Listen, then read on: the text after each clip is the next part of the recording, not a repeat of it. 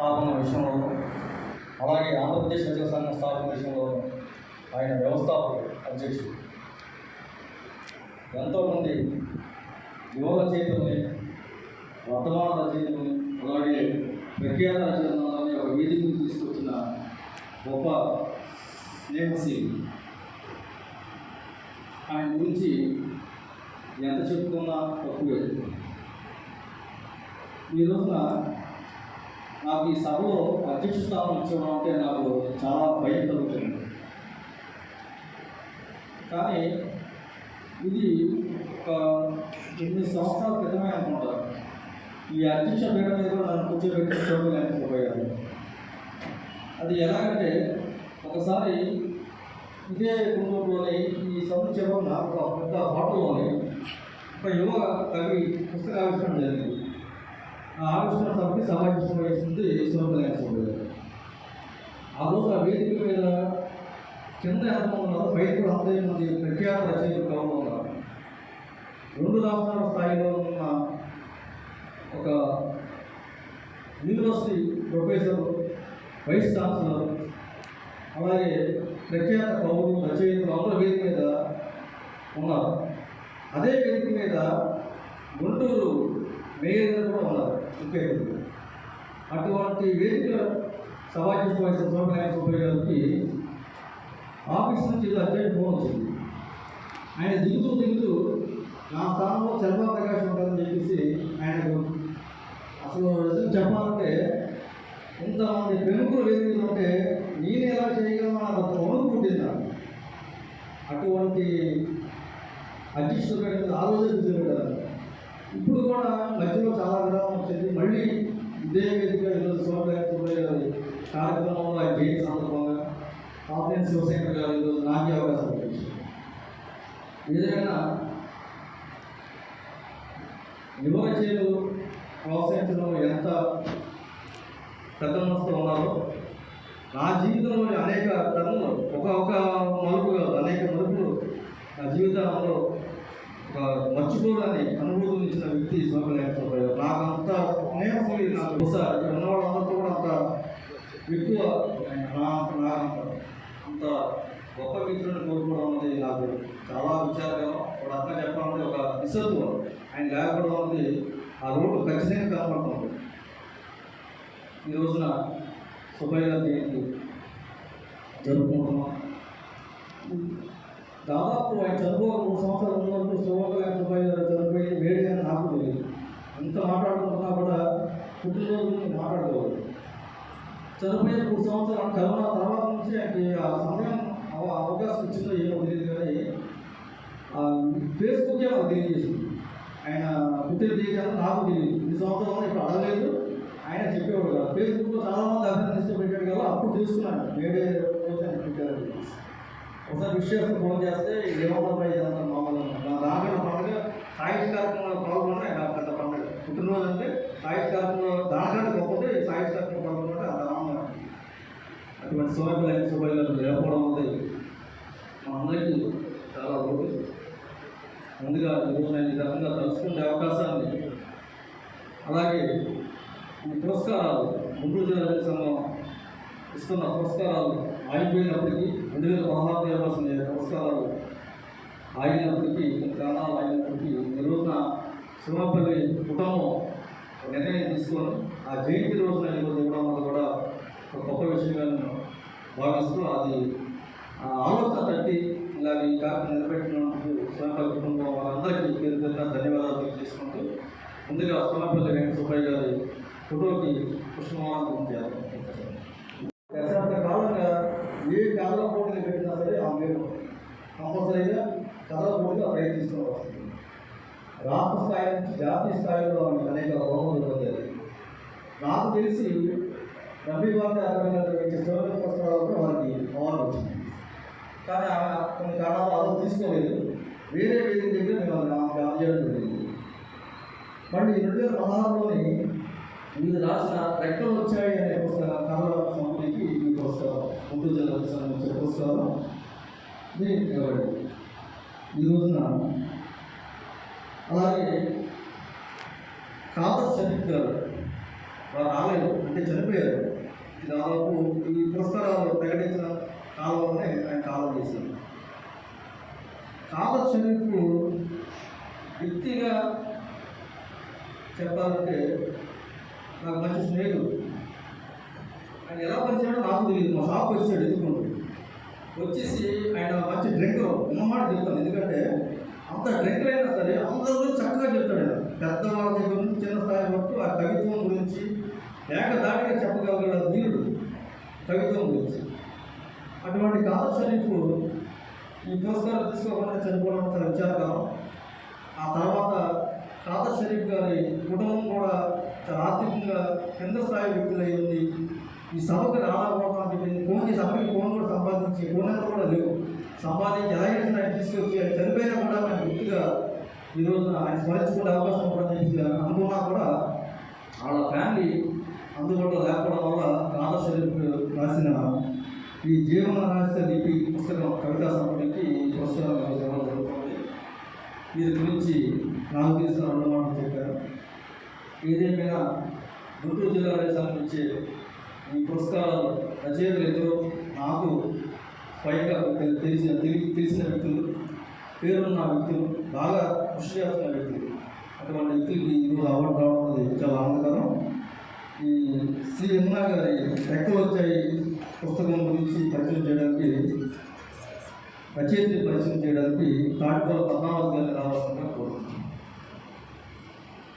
అలాగే ఉన్న senior writers ఎవరు ఉన్నారో వారిలో పాత్ర పెద్ద వరుసలో ఉన్నారు.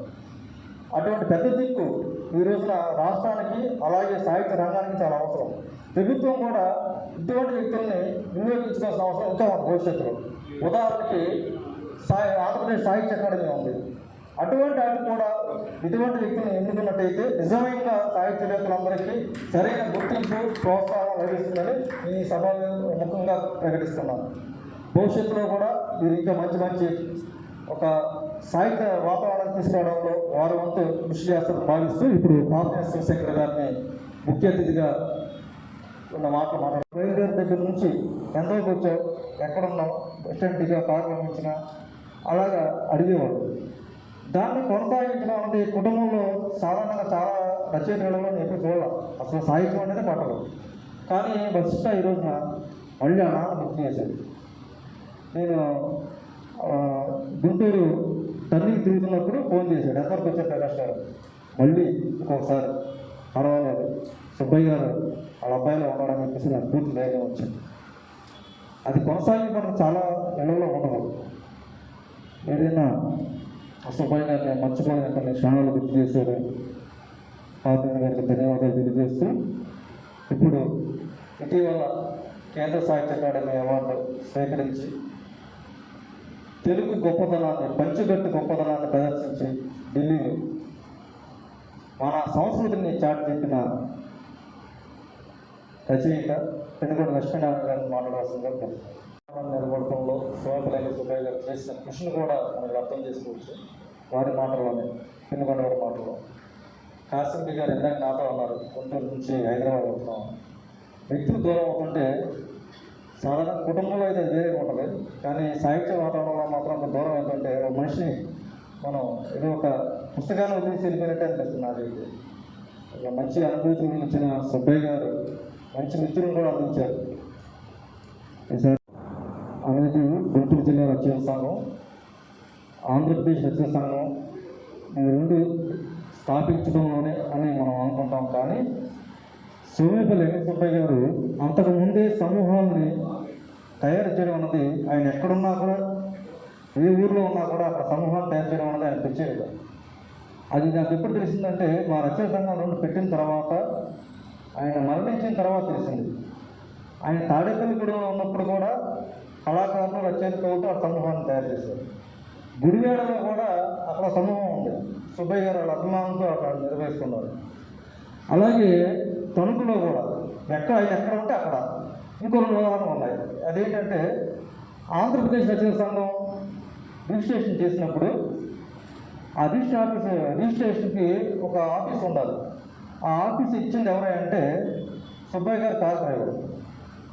అక్కడ కూడా గుడివాడలో కూడా వాళ్ళ అధికారంలోని కింద స్థాయి వ్యక్తుల్లో కూడా ఒక కూటమి ఒక సమూహాన్ని తయారు చేశారు. అలాగే రవి భారతి పెట్టినప్పుడు కూడా చాలామందికి కొంతమంది తిరిగిపోవచ్చు, కానీ రవి భారతి 24 సంవత్సరాల క్రితం, 22 క్రితం, నేను ఒక 2 సంవత్సరాలు రిజిస్ట్రేషన్ పంపించి దాని చుట్టూ ఎంఆర్ఓ చుట్టూ తిరిగాను. 2 ఏళ్ళు విసిగిపోయి ఉండిపోయాడు. ఆయన విజయవాడ వచ్చారండి. విజయవాడ స్పెషల్ డిప్యూటీ కలెక్టర్గా వచ్చినప్పుడు ఈ విషయం ప్రస్తావన చేశాను. పెడదాం మాత్రం నా వల్ల కాలేదు, మళ్ళీ ఉండని చెప్పేసి నిన్న ముంచే పెట్టి వెంటనే ఎంఆర్ఓ ఆఫీస్కి ఫోన్ చేసి ఆ తహసీల్దార్ గారు మా ఇంటికి పంపించి మొత్తం దాని గురించి వెరిఫికేషన్ చేసి వెంటనే అదంతా 15 రోజులు అయిపోయింది. 2 ఏళ్ళు నేను తిరిగి ఊరుకుండిపోయాను. అంటే సుబ్బయ్య గారు లేకపోతే రమ్య భారతి లేదు. రమ్య భారతికి సుబ్బయ్య గారికి అవినాభావ సంబంధం అలాగే ఉంది. అలాగే భవిష్యత్తులో కూడా సోమపల్లి పురస్కారాలు రమ్య భారతి అవినాభావ సంబంధం కూడా అలాగే ఉంది. ఈ విషయాన్ని ఈ సందర్భంగా గుర్తు చేస్తూ ఇప్పుడు సోమపల్లి సాహిత్య పరిచయాన్ని చేయవలసిందిగా ప్రముఖ అనువాదకులు కందిమల శివప్రసాద్ గారిని కోరుతున్నాను. పదాలు రైతు గురించి, గ్రామీణ ప్రాంతం గురించి ఆయన ఉపయోగించిన పదాలు సాధారణ వ్యక్తికి అర్థం కావు. అంటే ఈ తరాన్ని సాధారణ అంటే గత తరానికి కాదు, ఈ తరానికి అలా తెలియదు. అటువంటి పదాల గురించి వెలుగు తీసి చక్కగా విశ్లేషణ చేశారు కందిమల శివప్రసాద్ గారు. వారికి ధన్యవాదాలు. ఇదే విషయంలో ఆయన ఇంకో ప్రస్తావన కూడా చేశారు. ఆయన దేహదానం అంటే చనిపోయిన తర్వాత కూడా కళ్ళదానం, నేత్రదానం చేశారు, శరీర దానం చేశారు. ఇది చూసి ఒక విజయవాడలో ఉన్న పెద్ద, అంటే వయసులో పెద్ద రచయిత ఆమె ఒక మాట ఉంది, ప్రకాష్ గారు మీరు చనిపోయిన తర్వాత కూడా మీరు దగ్గరుండి ఈ విధంగానే సుబ్బయ్య గారు ఎలాగే తీవ్రంగా సాగమంటారో అదేవిధంగా జనానికి ఉపయోగపడే విధంగా నా దేహాన్ని అర్పించే విధంగా నాకు అవకాశం ఇవ్వండి అని చెప్పేసి అంటే, సుబ్బయ్య గారిని స్ఫూర్తిగా తీసుకొని అన్న మాటకి ఆనందపడాలో, లేదంటే చనిపోయే విషయం బతుకుండగా చెప్పే విధానం అనిపిస్తే బాధపడాలో అర్థం కాని పరిస్థితి. ఏదైనా సుబ్బయ్య గారు రాయడమే కాదు, చేతల్లో కూడా ఆయన చూపించారు. చనిపోయిన తర్వాత కూడా వారి కుటుంబం వారు బతికించారు. ఈ విషయాన్ని కూడా ఆయన ప్రస్తావించారు. మరొకసారి గుర్తు చేస్తుంది ధన్యవాదాలు. సోమపల్లి వెంకట సుబ్బయ్య గారు ఒకసారి విజయవాడ వంటం వచ్చారు. కారులో వెళ్తున్నాం. కొండ మీద చాలా పైకి ఇళ్ళు ఉన్నాయి, మొత్తం కొండ శిఖరం వరకు ఎక్కిస్తుంది. వంటంలో చూస్తూ ఉంటారు చాలామంది. దాని మీద ఆయన చూసి ఆశ్చర్యంగా చూసి, అంటే ఆయన నిశ్చిత పరిశీలన ఎలా ఉంటారో దాని మీద అంటే అప్పటికప్పుడే ఒక నాణ్యం రాశారు. అంటే ఒక్క అంశం మీద కూడా ఎక్కడికి వెళ్ళినా సరే ఆయన నేత్రాలు ఒక వృత్తి మీదే ఉండకుండా ఆ వృత్తి మీద వెళ్ళినప్పుడు ప్రజలలో ఎటువంటి పరిస్థితులు ఉన్నాయో కూడా ఆయన అవగాహన చేసుకోవడంలో చాలా దిట్ట. అటువంటి విషయాలు కూడా మేము ఆయన మాటల్లోని చేతల్లో కూడా మేము చాలా చూసాం. ఇక సుబ్బయ్య గారి వ్యక్తిత్వ పరిచయాన్ని చేయవలసిందిగా మా గుంటూరు జిల్లా రచయిత సంఘం, అలాగే ఆంధ్రప్రదేశ్ రచయిత సంఘం కోశాధికారి అయిన నాన్నగారిని కోరుతున్నాను. నాన్నగారు మీ అందరికీ సుపరిచితులే.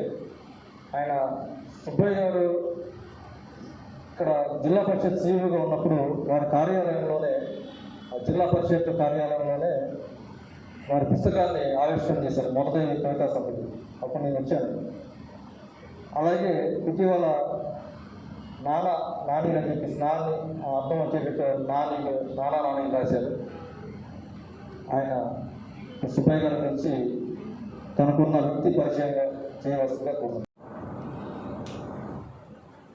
సోమపల్లి గారి వ్యక్తిత్వ పరిచయాన్ని నాన్నగారు చక్కగా చేశారని చెప్పాలి. ఎందుకంటే ఈరోజు వేదిక మీద మాట్లాడిన అతిథుల కంటే చాలా ఎక్కువ సమయం తీసుకున్నప్పటికీ సుబ్బయ్య గారి వ్యక్తిత్వం గురించి చక్కగా వివరించాలని నేను భావిస్తున్నాను. ఆయన సుబ్బయ్య గారు లోపల కూడా చెప్పారు. ఈ విషయాన్ని ఆయన సూటిగా ఆయన గతంలోనే అడిగాను సుబ్బయ్య గారు మీరు సాహిత్యానికి ఖర్చు చేస్తున్న సంతోషం, కానీ కొంతమందికి బాగా ఉన్నవాళ్ళ రచయితలకి, అంటే ఆర్థికంగా బాగా ఉన్నవాళ్ళే వీళ్ళని పొరపాటున సుబ్బగా కనబడితే సార్ నేను నవ్వు రాస్తున్నాను అండి, అది పుస్తకం మీరు వేస్తే బాగుంటుందంటే నాకు ఒప్పిస్తుండేవాడు.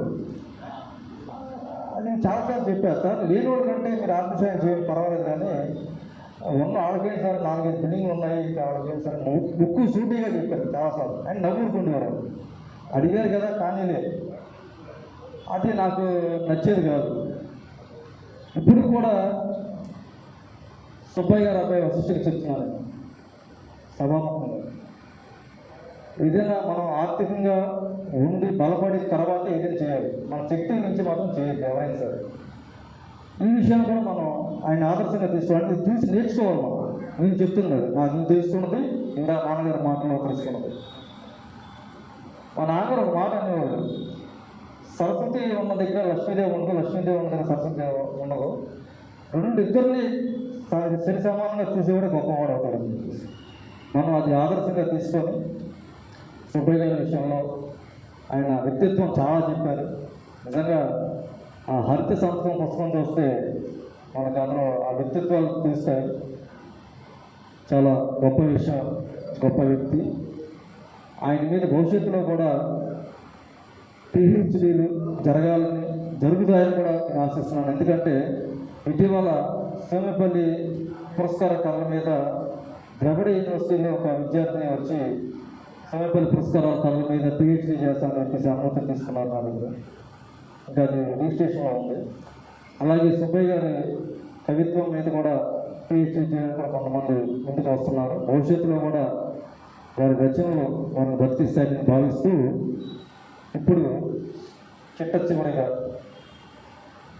ఈరోజు గుంటూరు జిల్లా రచన సంఘం పురస్కారం స్వీకరించిన రచయిత్రి శ్రీమతి సి యమున గారు తమ స్పందన తెలియజేస్తుందిగా కోరుతున్నాను. యమున గారు